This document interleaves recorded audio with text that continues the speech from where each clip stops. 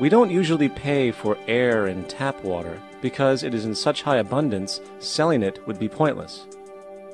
So then, logically speaking, if resources and technologies applicable to creating everything in our societies, such as houses, cities, and transportation, were in high enough abundance, there would be no reason to sell anything.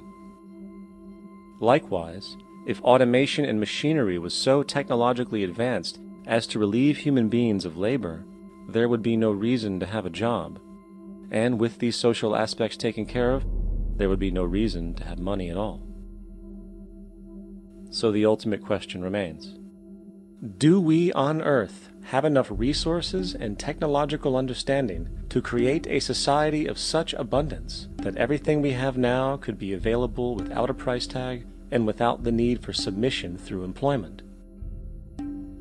Yes, we do. We have the resources and technology to enable this at a minimum, along with the ability to raise the standard of living so high that people in the future will look back at our civilization now and gawk at how primitive and immature our society was. The major difference between a resource-based economy and a monetary system is that a resource-based economy is really concerned with people and their well-being, where a monetary system has become so distorted that the concerns of the people are really secondary, if they're there at all. The products that are turned out are for how much money you can get. If there is a problem in society and you can't earn money from solving that problem, then it won't be done. The resource-based economy is really not close to anything that's been tried. And with all our technology today, we can create abundance. It could be used to improve everyone's lifestyle. Abundance all over the world if we use our technology wisely and maintain the environment.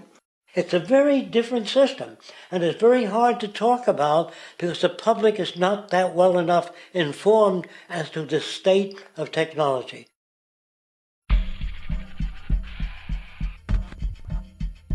At present, we don't have to burn fossil fuels. We don't have to use anything that would contaminate the environment. There are many sources of energy available. Alternative energy solutions pushed by the establishment, such as hydrogen, biomass, and even nuclear, are highly insufficient, dangerous, and exist only to perpetuate the profit structure that industry has created. When we look beyond the propaganda and self-serving solutions put forth by the energy companies, we find a seemingly endless stream of clean, abundant, and renewable energy for generating power. Solar and wind energy are well known to the public, but the true potential of these mediums remains unexpressed. Solar energy, derived from the sun, has such abundance that 1 hour of light at high noon contains more energy than what the entire world consumes in a year. If we could capture 1/100% of this energy, the world would never have to use oil, gas, or anything else. The question then is not availability, but the technology to harness it. And there are many advanced mediums today which could accomplish just that, if they were not hindered by the need to compete for market share with the established energy power structures. Then there's wind energy. Wind energy has long been denounced as weak, and due to being location-driven, impractical. This is simply not true. The U.S. Department of Energy admitted in 2007 that if wind was fully harvested in just 3 of America's 50 states, it could power the entire nation. And then there are the rather unknown mediums of tidal and wave power. Tidal power is derived from tidal shifts in the ocean. Installing turbines which capture this movement generates energy. In the United Kingdom, 42 sites are currently noted as available, forecasting that 34% of all the UK's energy could come from tidal power alone. Wave power, which extracts energy from the surface motions of the ocean, is estimated to have a global potential of up to 80,000 terawatt-hours a year. This means 50% of the entire planet's energy usage could be produced from this medium alone. Now, it is important to point out that tidal, wave, solar, and wind power requires virtually no preliminary energy to harness, unlike coal, oil, gas, biomass, hydrogen, and all the others. In combination, these four mediums alone, if efficiently harnessed through technology, could power the world forever. That being said, there happens to be another form of clean, renewable energy which trumps them all: geothermal power. Geothermal energy utilizes what is called heat mining, which, through a simple process using water, is able to generate massive amounts of clean energy.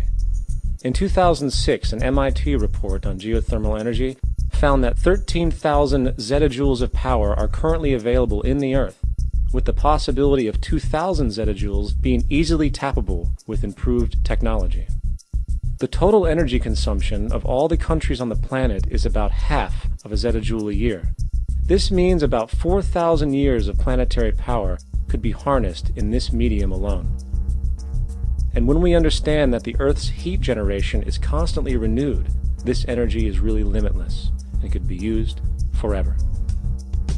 These energy sources are only a few of the clean, renewable mediums available, and as time goes on, we will find more.